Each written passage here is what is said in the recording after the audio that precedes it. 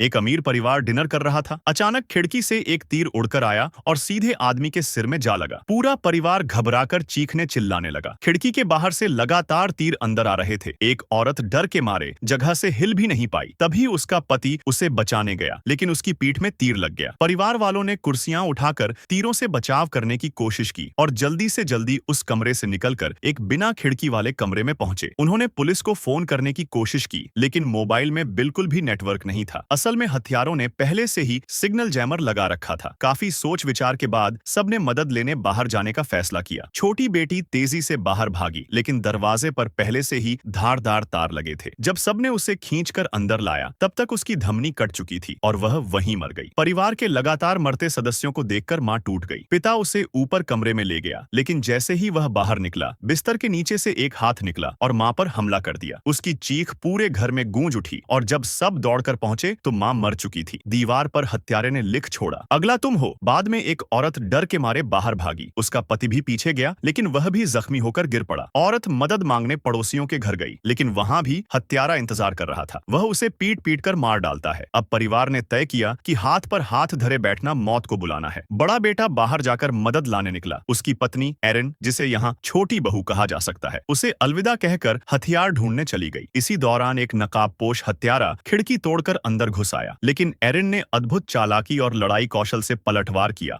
और पहला हत्यारा वहीं मार गिराया। उधर पिता को शक हुआ कि हत्यारे घर में ही छिपे हैं। जांच करने पर पता चला कि सचमुच वे लोग लंबे समय से घर में रह रहे थे, लेकिन तभी एक हत्यारे ने पीछे से आकर पिता का गला काट दिया। सबसे चौंकाने वाली बात ये निकली कि छोटा बेटा ही इन हथियारों का साथी था। उसने अपनी गर्लफ्रेंड के साथ मिलकर पूरा परिवार खत्म करने की साजिश रची थी, ताकि वह पिता की संपत्ति का वारिस बन सके। एरिन को यह सच्चाई मालूम नहीं थी और वह लगातार हथियारों से जूझती रही। धीरे धीरे उसने दूसरे हथियारों को भी अपने जाल और हथियारों से मार गिराया। अंत में उसकी बहादुरी और बुद्धिमानी के सामने हथियारे और छोटे बेटे की साजिश नाकाम हो गई। उसने छोटे बेटे और उसकी गर्लफ्रेंड दोनों को खत्म कर दिया, लेकिन असली झटका तब लगा जब फोन बजा। ये कॉल छोटे बेटे के बड़े भाई का था। असल में वह भी इस खून खराबे की साजिश में शामिल था, लेकिन एरिन ने उसे भी धोखा नहीं खाने दिया और ठंडे दिमाग से उसे भी मार गिराया। इसी बीच पुलिस आ पहुंची। घर में चारों तरफ खून, लाशें और जाल देखकर उन्होंने एरिन को ही हत्यारा समझ लिया। अंत में जब पुलिस ने दरवाजा खोला तो उसी पर लगा एरिन का बनाया जाल चालू हो गया। एरिन उन्हें रोकने की कोशिश करती है, लेकिन देर हो चुकी होती है।